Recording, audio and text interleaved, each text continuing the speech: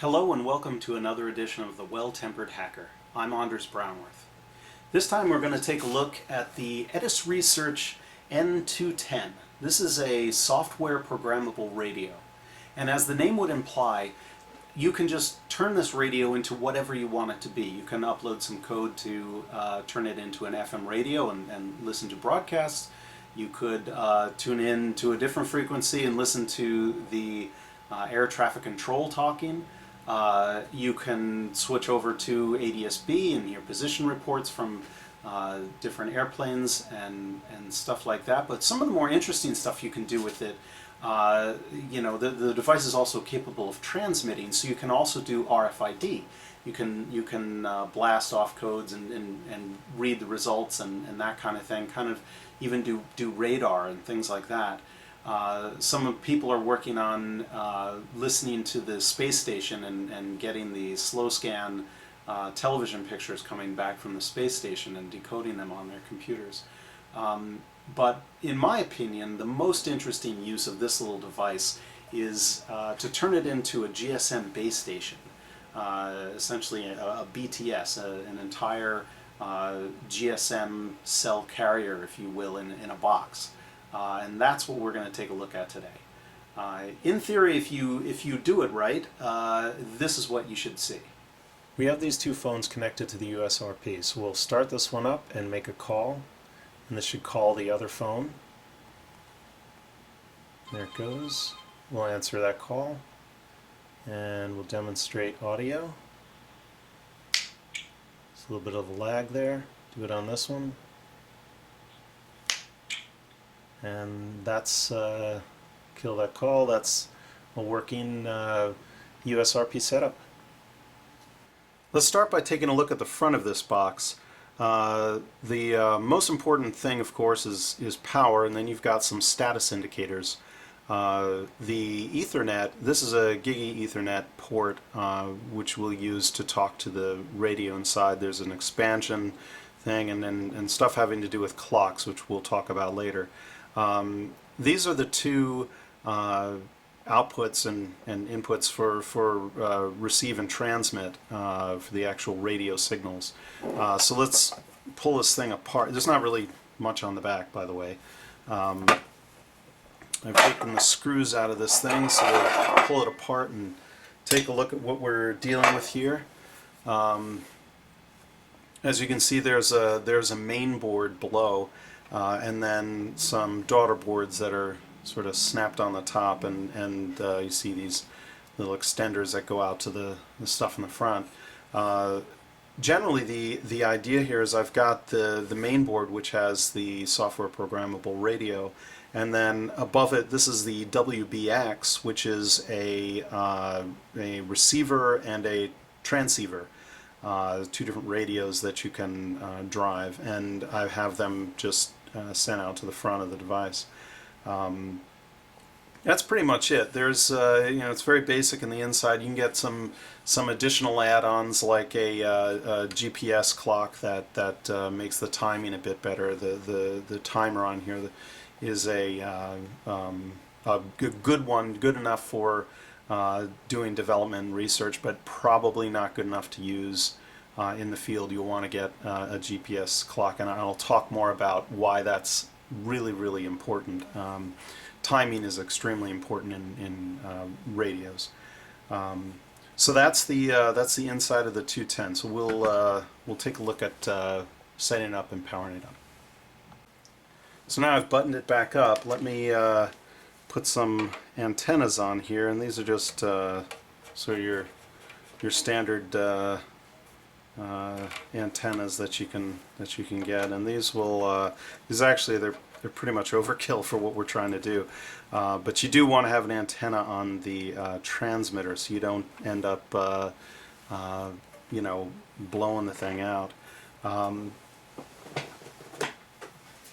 Next we'll put some Ethernet in there and get a okay, so we got that going. And the last thing we're going to do is give it some power, and it will start up once I once I plug that in. And that's pretty much it. It's going to sit there as a closed box, and everything else we'll look at is going to be on the screen. So what we're looking at right here is the desktop of the machine that the USRP is plugged into. So what I'm going to do up here, I'm going to run asterisk, and I'm going to say very, very verbose, and give me a console. This is going to be our PBX, sort of a VoIP PBX. Down here I'm going to run SMQ, which is a SMS queuing service. It's basically a store and forward type service. And then over here I'm going to do the magic, and that's OpenBTS, and this is the thing that's actually going to upload the how to talk on a GSM network over to the USRP, and then it's going to set up a BTS and run it for me. So okay, now we've got the BTS going. If I say Timsies, I can show the these are the different IMSIs that have shown up on my network, and I've got two phones right here. These are right now, you can see it's set to emergency calls only. So I'm going to go into settings, I'm going to go into wireless networks, and go to mobile networks and find the network operators. That's going to take a little bit of time, so while that's going, let's see what this one has figured it out.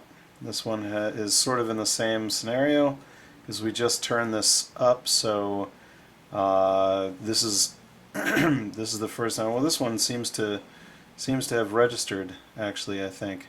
Yeah, so it's test sim, so that one's registered, and looks like this one is up as well, so I don't have to pick a network. It kind of figured it out automatically. So now, with any luck, what I'll be able to do is place a call. So I'm going to call this phone, just like you saw before. There it goes. You see asterisk console, and this phone is ringing, and we can pick it up. And now we're talking, and if I can make this thing work, there we go. So you can see that that works. The next thing we'll do really quickly is send an SMS. We'll see how that works. Now you see in asterisk everything has kind of hung up and shut down. I'll go to the messaging service, and I will create a new message, and it's going to go to Nexus 1, that guy, and I'm going to say hi there, and I'll hit send, and we should see it show up. There it is, and whoop, there we go. That was pretty loud. So we'll check that and see what message we got. Sure enough, there's a message, and it says hi there, and I can reply to it and say hello, just so we have something different. I'll hit send, and we should see it again in the thing, and there we go. We've sent a message back and forth via OpenBTS. And that's basically how it works. While this is running, though, let's do something interesting. Let's say top. So right now we don't really have anything. We're using 5% of the CPU. This is running on a MacBook Pro Core i7. So let's go back to the phones, and let's make a phone call, and we'll see what the service is like, what the pressure on the CPU is like. So I'll answer that, and now we're talking. Hello, hello. Seems to work. So now you can see the CPU is up to 6.5%, so it's really not all that much. It's relatively light. So we could probably do, 10 or 20 phone calls on here, I would guess. Something like that, but I haven't tried. I only have so many phones. So that's OpenBTS, and you get the idea. I'm going to hang this up because it's annoying. You get the idea of what you can do with this. It's you can set up greenfield phone systems, and you can do all kinds of other interesting things. Roam off of public network and onto your private network within your house or something like that. And so it's a very interesting project. I mentioned before about clocks and how important they are. Each one of the phones on a network have their own clocks inside them, and they use these to kind of lock on a frequency. But they assume, and this is very important, they assume that the network is correct, the BTS in the center is correct. So if your BTS is set up and it doesn't have a good clock and it's off by even just a few hundred hertz, when a phone like this comes up out of being booted from cold, it has probably a worse clock, and it opens up a big window and it starts looking for BTSs, and once it runs across yours, it may pick that one and decide to camp to it. And in doing that, it makes itself effectively blind to the other BTSs, the ones on the real public network. So it's pretty important that your clocks are correct. The clock in the center is correct, especially if you're going to be roaming from cell to cell. And it just happens, of course, around the world are flying all these GPS satellites, and they all have atomic clocks in them. And this is a wonderful way to get a really good clock signal from an atomic clock.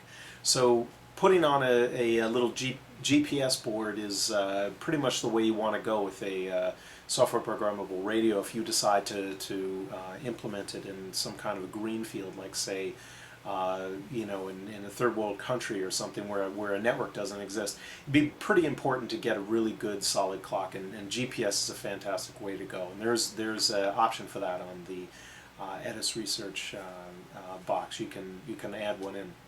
So clocks are very, very important. It's fine not to run with a good one for just testing, where I'm not camping these handsets to anything but my test network. But if you're going to interact with multiple BTS, you have to have a good clock. So let's take a look at what else the software radio can do. I've got a simple setup here. This is a tool that allows you to create simple flow graphs and send them over to the device. So I'm just going to use the UHD USRP as a source, and I'm just going to throw the output into a sink of an FFT, a fast Fourier transform. I've got a slider on here, so it compiles that up, and so we've got a sweep here. This is in the FM radio bands. You see there's a little bit of stuff going on there, a couple of radio stations. We can go all the way down to roughly 20 megahertz with what I have here, the hardware I have. And then all the way up to about, let's see what happens if we go above FM radio.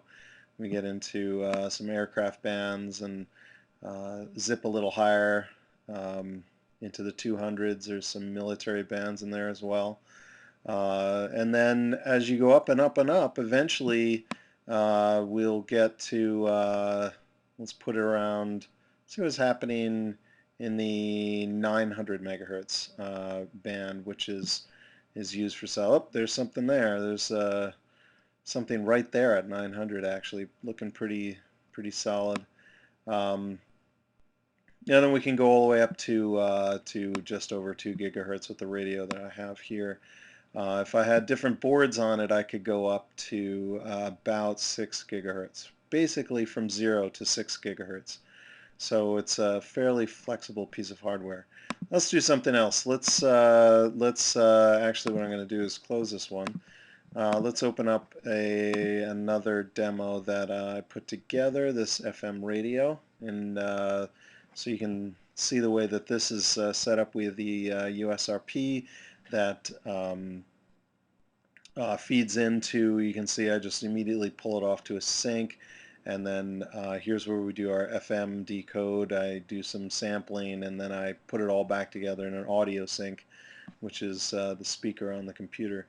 So I hit go, and we get what you probably have heard before, that sound as it turns out. And here's my little radio station. If I pop this up to, seems to be something right there. But if I go up to something that's going to be a stereo signal, it'll be a little wider. There's one around 107 right here. So that seems to work. You can sweep through the whole spectrum and see what else is out there. There's a talk radio station, I guess. You can see that the stereo stations look like this. There's something high and then a peak and then a plateau high again. It's typical of a stereo FM radio station. So we have the same hardware here, and I'll kill this. We have the same hardware here that's able to listen to FM radio as is able to run a GSM base station. I could very easily transmit FM. I could, listen to aircraft band, listen to the International Space Station, all kinds of things like that, even do RFID as I mentioned before. So it's a very flexible radio. And that's it for this edition of the Well-Tempered Hacker. I'm Anders Brownworth. Until next time, keep hacking.